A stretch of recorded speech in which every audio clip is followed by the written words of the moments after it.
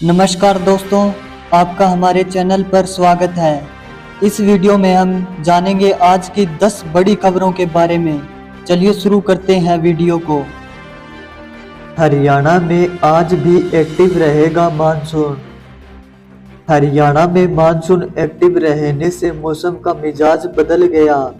बारिश और मानसूनी हवाओं के चलने से तीसरे दिन भी तापमान में गिरावट जारी है। 24 घंटे में दिन के तापमान में 0.1 डिग्री तक गिरावट देखी गई। 24 घंटे में बारिश की बात करें तो 3 जिले ऐसे रहे जहां झमाझम बारिश हुई। सबसे ज्यादा बारिश महेंद्रगढ़ और रोहतक में रिकॉर्ड की गई। भूपेंद्र हुड्डा बोले, बीजेपी ने प्रदेश का भट्टा बैठाया। हरियाणा के पूर्व सीएम भूपेंद्र सिंह हुड्डा सोनीपत में रोड शो कर रहे थे। इसकी शुरुआत उन्होंने खरखोदा हलके के गांव सैदपुर से की। रोड शो के दौरान उन्होंने लोगों से कहा कि विकास के मामले में वो खरखोदा को जहां छोड़कर गए थे वो आज वहीं खड़ा है। बीजेपी पर निशाना साधते हुए उन्होंने कहा, बीजेपी ने प्रदेश का भट्टा बिठा दिया। इस दौरान उन्होंने बुजुर्गों को 6,000 रुपये पेंशन देने का वादा भी दोहराया। अरविंद केजरीवाल बोले, हरियाणा में एएपी बनेगी किंग मेकर। दिल्ली के मुख्यमंत्री पद से इस्तीफा दिए जाने के बाद अरविंद केजरीवाल पहली बार हरियाणा दौरे पर हैं।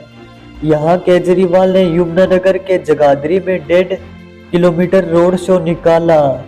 रोड शो में समर्थकों से केजरीवाल ने कहा, हरियाणा में इस बार चुनाव में जो भी सरकार बनेगी वह बिना आम आदमी पार्टी के नहीं बनेगी। केजरीवाल ने कहा कि मुझे जेल में डालकर एएपी के विधायक खरीदने की कोशिश की गई। मोदी बोले, कांग्रेस में देशभक्ति की आत्मा दम तोड़ चुकी। प्रधानमंत्री नरेंद्र मोदी ने कहा कि कांग्रेस के अंदर देशभक्ति की आत्मा दम तोड़ चुकी है। वे विदेश से बैठकर एजेंडे चलाते हैं। उन्हें अब गणपति बप्पा से भी चिढ़ होने लगी। मैंने गणेश पूजा की तो कांग्रेस बेचैन हो गई। मोदी ने यह बातें महाराष्ट्र के वर्धा में एक रैली को संबोधित की। वे यहां पीएम विश्वकर्मा योजना के 1 साल पूरे होने पर कार्यक्रम में हिस्सा लेने आए थे। पीएम ने कहा, पुरानी सरकार में कामगारों के हुनर को सम्मान नहीं मिलता था। सीएम ने हुड्डा को मिर्चपुर कांड की याद दिलवाई। हरियाणा चुनाव के बीच सीएम नियाज सिंह सैनी ने पूर्व मंत्री भूपेंद्र हुड्डा को 14 साल पहले हुए मिर्चपुर कांड की याद दिलवाई। सीएम ने एक वीडियो जारी किया जिसमें वे कह रहे हैं, मैंने इस बारे में कई बार पूर्व सीएम से सवाल पूछे हैं, लेकिन उन्होंने आज तक इसका जवाब नहीं दिया। इस कांड का जवाब उनके साथ कांग्रेस के पास भी नहीं है। सीएम बोले, मैंने सवाल पूछा है कि मिर्चपुर कांड आपकी सरकार में हुआ था। अरे वह बेटी डॉक्टर बनने वाली थी। बीजेपी उम्मीदवार ने भरी पंचायत में मांगी माफी। हरियाणा में फतेहाबाद के टोहाना से बीजेपी उम्मीदवार पूर्व मंत्री देवेंद्र बबली ने किसानों से माफी मांगी। किसानों की पंचायत में पहुंचे बबली ने किसान नेताओं को माफीनामा सौंपा और हाथ जोड़े। बता दें कि 12 मार्च को जब बीजेपी जेजेपी की गठबंधन सरकार में बबली पंचायत मंत्री थे तो विरोध प्रदर्शन के दौरान उनकी किसानों से धक्का मुक्की हो गई थी। इस मामले में किसानों के खिलाफ केस भी दर्ज किए गए। राव इंद्रजीत की बेटी आरती तिकोने मुकाबले में फंसी। हरियाणा की अटेली विधानसभा सीट इस बार हॉट सीट बनी हुई है।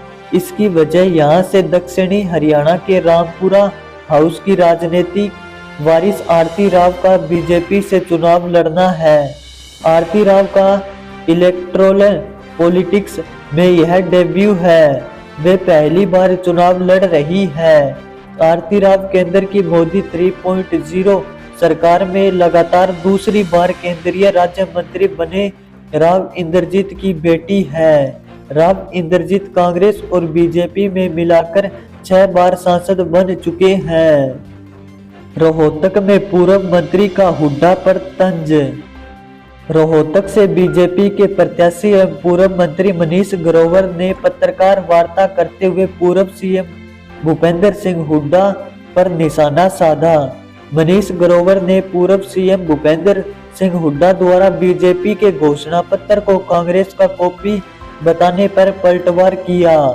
ग्रोवर ने कहा कि पहले कांग्रेस की 10 साल सरकार रही, लेकिन वे बता दे कि घोषणा पत्र में शामिल कितने वादे उन्होंने पूरे किए। कांग्रेस व हुड्डा पर निशाना साधते हुए कहा कि वे तो भ्रष्टाचारी हैं। चुनाव के बीच अचानक हरियाणा पहुंचे राहुल गांधी। हरियाणा विधानसभा चुनाव की सरगर्मी के बीच अचानक तड़के राहुल गांधी करनाल पहुंचे। यहां उन्होंने एक युवक के परिवार से मुलाकात की, जिसमें वह अपने अमेरिका दौरे के दौरान मिले थे। इतना ही नहीं, राहुल ने युवक के घर पहुंचकर उसे अमेरिका में वीडियो कॉल कर सबूत भी दिया।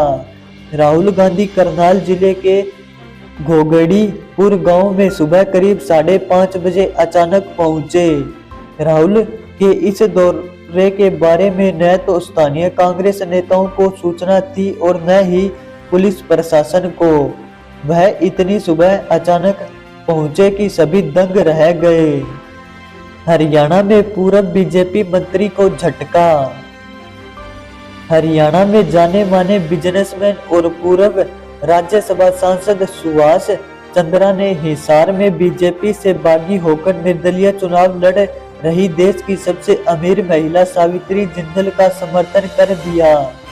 सुभाष चंद्रा ने इसको लेकर एक्स पर एक पोस्ट शेयर करते हुए लिखा, जैसा मैंने सबसे वादा किया था, हिसार विधानसभा में जनता और हिसार के लिए सावित्री जिंदल जी उपयुक्त और सही उम्मीदवार है।